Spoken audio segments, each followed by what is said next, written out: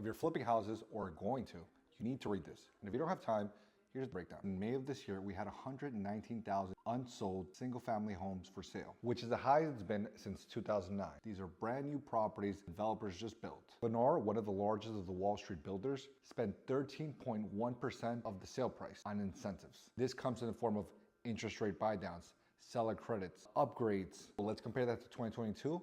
When the average they were spending was 1.5. What's the basic rule of economics? Supply and demand. And so if supply is up, demand is down, what does that happen to prices? Naturally, they have to come down, right?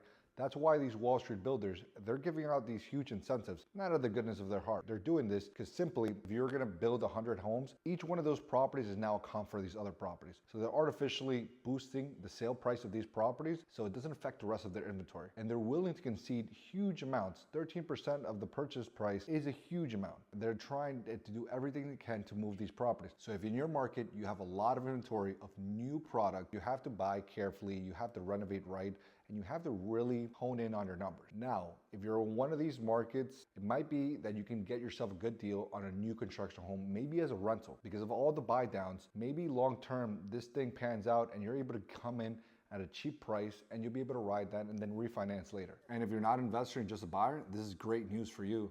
That gives you more negotiating power. Incentives, buy downs, upgrades, everything you can extract from the builders, go ahead and do it. And if you're a flipper on one of these areas, well, the numbers don't lie. You just have to be more creative in terms of structuring these deals, making sure they work on the front end, making sure they have healthy margins. Why would they buy your old house versus your new house? Make it so that your numbers work. And ultimately, you have to buy right.